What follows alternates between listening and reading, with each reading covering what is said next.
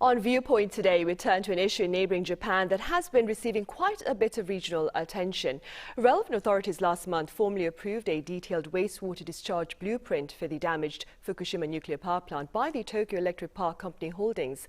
Accordingly, this week construction has begun in preparation for next year's wastewater release, despite strong opposition from the local fishing community there. Now, for more on the situation, I have Shaune BURNIE at Greenpeace East Asia live on the line. Welcome to the programme, Shaune. Hello. Right, Shaune, I understand the wastewater will first be filtered to get rid of some 60 isotopes, with the exception of tritium, which reportedly cannot be eliminated using existing technology. First then, what are the potential risks of tritium to marine life and, of course, to us? Well, unfortunately, there's going to be other radioactive materials in addition to tritium. But in terms of tritium itself, there's many questions about the long-term effects of tritium exposure. One of the characters of this radionuclide that they'll be discharging in vast amounts is that it actually binds with organic material and therefore has the potential to affect the DNA structure of all living things. So the problem is the Japanese government doesn't take the science of radioactive tritium seriously, and therefore basically says it's okay to discharge. But actually, there's a serious problem with radioactive tritium, as there is with all radioactivity when it's released into the environment. Right, and despite the concern you've just raised, it has been reported that this rather drastic, debatable measure, of course, was adopted by Japan as the only practical way out of a daunting dilemma with regard to storage of accumulating wastewater from the damaged Fukushima nuclear power plant. Do you agree, Shaune? I mean, is there another feasible option with regard to better addressing the wastewater dilemma? Well, unfortunately, the decision to release the water is more about communicating to the Japanese people and internationally that the Japanese government has the Fukushima Daiichi nuclear plant under control and that decommissioning of the disastrous site is moving forward. The reality is there is sufficient storage capacity both on the site and in the immediate area next to the plant for long-term storage of this water.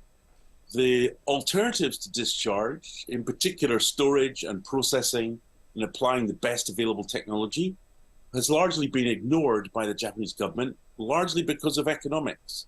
They don't want to spend the money to reduce the environmental impact of the Fukushima disaster.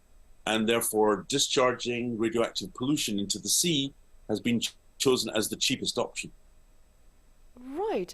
And the IAEA, for its part, Shaune, says the upcoming discharge meets international standards and, quote, will not cause any harm to the environment. I'm assuming you disagree.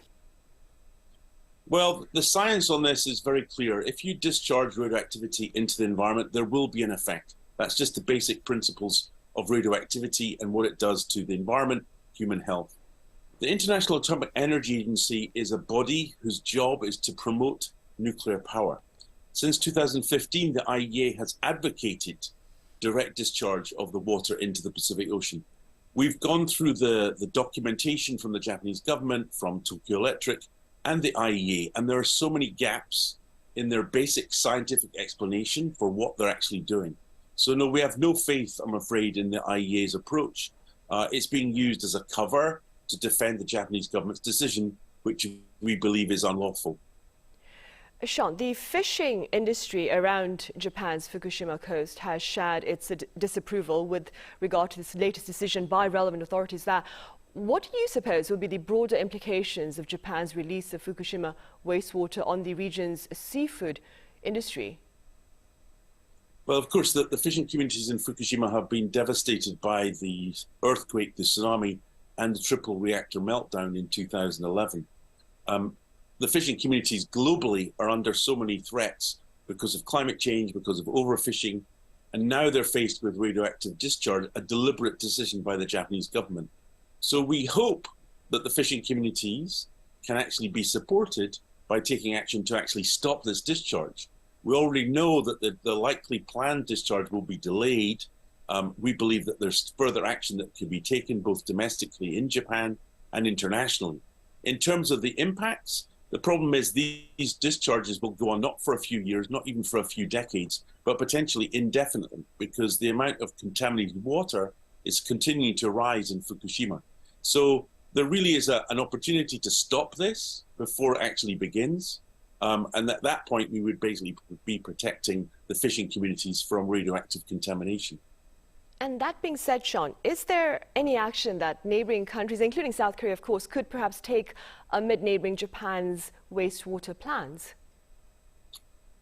Well, I think one of the most important signals is coming from small island nations in the Pacific. They've appointed a science panel. These are international experts that are looking at the issues. At least from the communication so far, they're not impressed by either the Japanese government or the IAEA.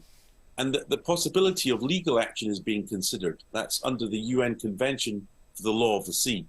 So the idea that small nations in the Pacific are taking on Japan, an enormous economic and political power, that should be a signal to all countries in the Asia-Pacific region that they should be doing everything they can to protect the environment and protect the health and well-being of their people.